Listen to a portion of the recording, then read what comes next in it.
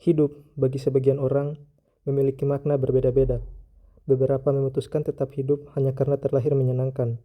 Beberapa yang lain memilih mengakhiri hidup karena tak kunjung menemukan kebahagiaan. Bertahan hidup tak selalu berarti dirimu kuat. Mungkin kau hanya sedang dipaksa untuk belajar menerima keadaan. Mungkin kau hanya diharuskan menapaki dari satu luka ke luka lainnya. Mungkin kau tetap sanggup berjalan karena berbekal harapan. Harapan bahwa kelak semua akan berakhir bahagia. Meski kelak kau akan tersadar, kota ini begitu piawai melahirkan harapan-harapan, dan piawai juga mengubahnya menjadi kekecewaan. Namun akhirnya, semua yang bertahan hidup akan berjalan di satu pilihan takdir.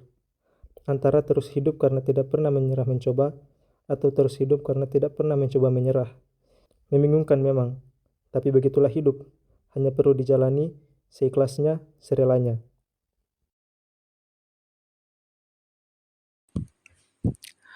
Kalau dengan beragama lantas bikin kamu merasa lebih suci dan lebih tinggi derajatnya dari orang lain, sosok siapa yang kamu teladani selama ini? Siapa yang kamu sembah selama ini? Egomu.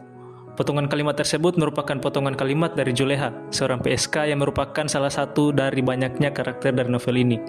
Perkenalkan, saya Marcelo Simon. Hari ini saya ingin berbagi review dari novel pertama yang saya baca dan berhasil membuat saya ingin membaca lebih banyak novel atau buku. Judul novelnya adalah Sisi Tergelap Surga karya Brian Krishna. Buku ini diterbitkan oleh Gramedia Pustaka Utama pada 2023 dengan total sekitar 304 halaman. Sisi Tergelap Surga menyajikan kisah-kisah pendek dari sudut pandang orang-orang kecil di sebuah kampung kumuh Jakarta. Tokohnya bukan pahlawan, orang kaya, atau orang terkenal, melainkan orang-orang yang mengambil pekerjaan apapun untuk bertahan hidup. Mulai dari PSK, tukang nasi goreng, preman, pengamen, manusia silver, waria, badut ayam, pencuri, maling, anak-anak kecil yang harus bekerja demi hidup, dan banyak tokoh lain yang tidak kalah menarik. Meskipun setiap bab bisa berdiri sendiri, kalau dibaca keseluruhan, kita akan melihat satu mozaik besar tentang realita keras yang seringkali tidak terlihat oleh mata kita. Dari awal cerita, kita langsung dikenalkan sama Riri dan Yuyun, dua perempuan yang ngobrol soal pernikahan tanpa cinta. Ada juga Syamsuar, si mantan bandar togel yang sekarang jual nasi goreng, Kuncahyo, si cleaning service, Danang, si ganteng misterius, Tommy, si preman terminal yang sering mukulin istrinya Dewi, sampai Ujang, anak kecil yang berpikir kalau ibunya kerja lembur untuk biayain dia ke Dufan. Setiap tokohnya terasa hidup yang bisa membuat mereka masuk ke hati kita. Penulisan dialog-dialog di novel ini sangat vulgar, brutal, dan tidak ada sensor. Kadang membuat kita tertawa, sedih, marah, dan istighfar.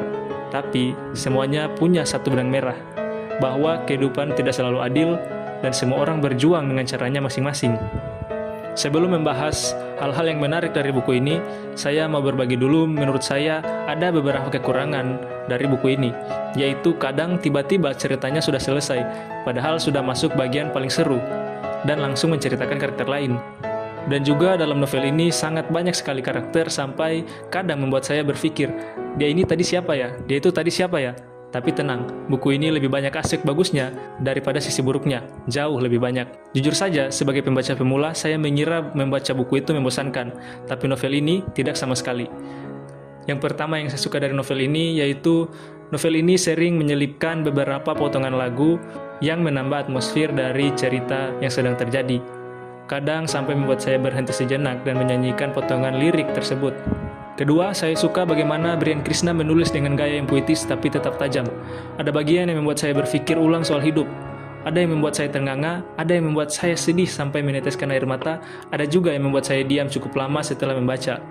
Penokohan dalam novel ini sangat bagus. Saya kagum dengan bagaimana mereka bisa membuat tokoh-tokoh di novel ini menjadi sangat memorable dan memiliki emosi-emosi yang sangat nyata. Mereka bahkan bisa merangkum cerita-cerita yang sangat banyak menjadi satu kesimpulan yang sangat menakjubkan dan sangat megah. Beberapa karakter favorit saya dari novel ini seperti Danang, Tommy, Syamsuar, sama Brian. Buku ini mengajarkan saya untuk tidak menghakimi pilihan hidup yang diambil orang. Semua orang punya lukanya masing-masing. Kita tidak tahu sesusah apa mereka berdamai dengan takdir dan luka mereka. Tidak semua yang terlihat baik luarnya, baik juga dalamnya. Begitu juga sebaliknya, tidak semua yang terlihat buruk luarnya, baik juga dalamnya.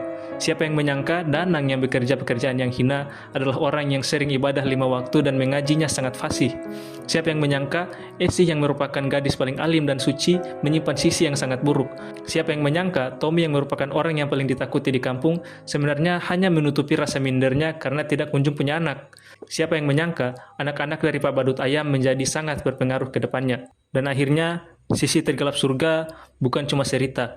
Ini adalah cermin untuk kita melihat kenyataan yang sering kita pura-pura tidak lihat. Cerita ini mungkin fiksi, tapi emosi dan perjuangan mereka itu nyata. Kalau kalian suka dengan novel nuansa sosial, realita hidup, dan karakter yang dalam, buku ini wajib kalian baca.